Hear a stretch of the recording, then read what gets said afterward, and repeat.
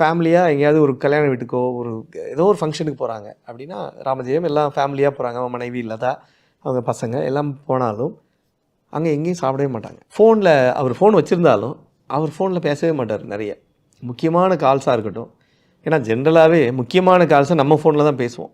ஆனால் இவர் மட்டும் வித்தியாசமாக கொஞ்சம் என்ன பண்ணுவார்னா, யாராவது அவங்க டிரைவரோ யாராவது ஒருத்தர் பார்க்க வந்திருப்பாங்க, அவரை தேடி ஏதோ ஒரு விஷயமா வந்திருப்பாங்க. அவர் ஃபோனை வாங்கி இமீடியட்டாக அவர் ஃபோன்லேருந்து கால் பண்ணுவார்.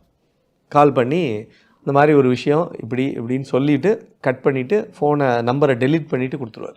ஏன் இன்னும் சால்வ் ஆகிறதுக்கு காரணம் இந்த மாதிரி நிறைய அவரும் ரொம்ப ஒரு வித்தியாசமான ஒரு நபராக தான் பார்த்தாங்க. அந்த பையன் எவ்வளோ கேர்ஃபுல்லாக இருப்பான் அப்படின்னா, அதான் ராமஜெயத்தோட பையன் சொல்கிறேன்.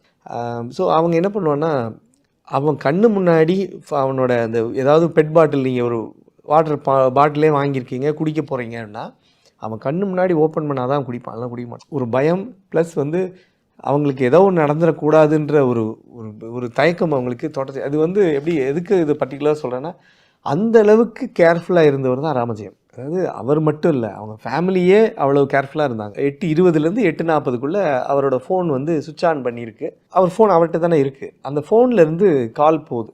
கால் பண்ணுறவங்க இலங்கை தமிழில் பேசுகிறாங்க. பேசுனவங்க ரேண்டமாக, அதாவது ஏற்கனவே கால் லிஸ்ட்டில் பேசின கால்ஸ் இருக்கும் இல்லையா, அந்த கால்ஸுக்கு போயிட்டு நேரு நம்பர் கொடு அப்படின்னு கேட்குறாங்க. ஏன் நேரு நம்பர் கேட்கணும்? ஒன்று, நீங்கள் சர்ச் பண்ணால் நேருன்னு தான் ஸ்டோர் பண்ணியிருக்கணும்னு அவசியம் இல்லை. பிரதர்னு ஸ்டோர் பண்ணிடலாம், இல்லை மினிஸ்டர்ஸும் ஸ்டோர் பண்ணிக்கலாம், இல்லை ஏதோ ஒன்று இவருக்கு பிடிச்ச ஒரு நேமில் ஸ்டோர் பண்ணிக்கலாம். ஸோ இவங்களால் கண்டுபிடிக்க முடியாதனால அந்த கால் பண்ணதாக தெரியுது. அதில் ஒரு 4 கால் பேசியிருக்காங்க. அந்த 4 காலுமே நேரு பேசலை. ஆனால் அவங்க மனைவி லதாவுக்கு, அவங்க பிஏ ஒருத்தருக்கு, அப்புறம் இன்னும் 2 பேருக்கு அந்த லாஸ்ட்டு கால் லிஸ்ட்டில் இருந்த கால்ஸுக்கு பண்ணியிருக்காங்க. ஆனால் 4 பேர்கிட்டையும் கேட்ட கேள்வி இதுதான். அவங்க லதாவே ஃபோன் அட்டன் பண்ணி, யார் நீங்கள், என்ன வேணும், ஏன் நேரு நம்பர் கேட்குறீங்கன்னு கேட்கும்போது ஃபோனை கட் பண்ணுறது, இப்படி தான் பண்ணியிருக்காங்க.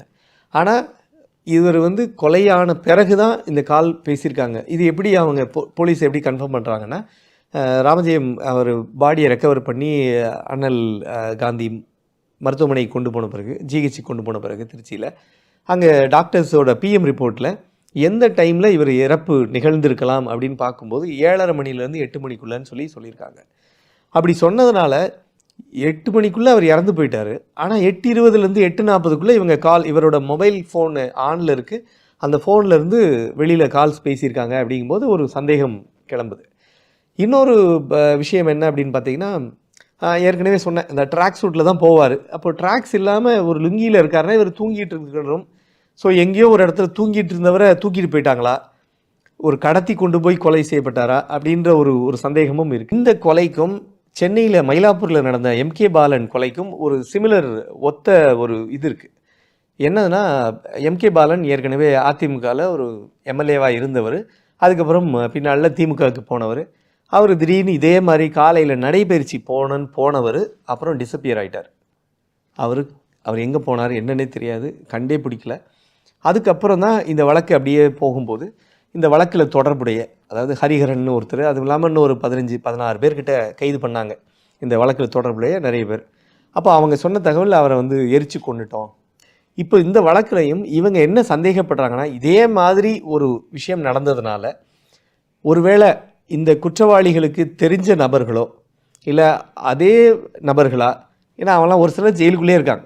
ஸோ அப்போ அவங்களுக்கு ஏதோ ஒரு விஷயம் கனெக்ட் ஆக வாய்ப்பு இருக்குது. அப்படிங்கிறதுனால அவங்களெல்லாம் தனியாக விசாரித்தாங்க. அவங்க சிறைக்குள்ளே இருந்தாலும் அவங்களையும் தனியாக போலீஸ் விசாரித்து அவங்கள்ட்ட இருந்து கிடைச்ச தகவலின் அடிப்படையில் தான் இப்போது இந்த ஒரு 12-13 அந்த ரவுடிகளையும் இந்த நார்கோ அனாலிசிஸ்க்கு கொண்டு வந்திருக்காங்க.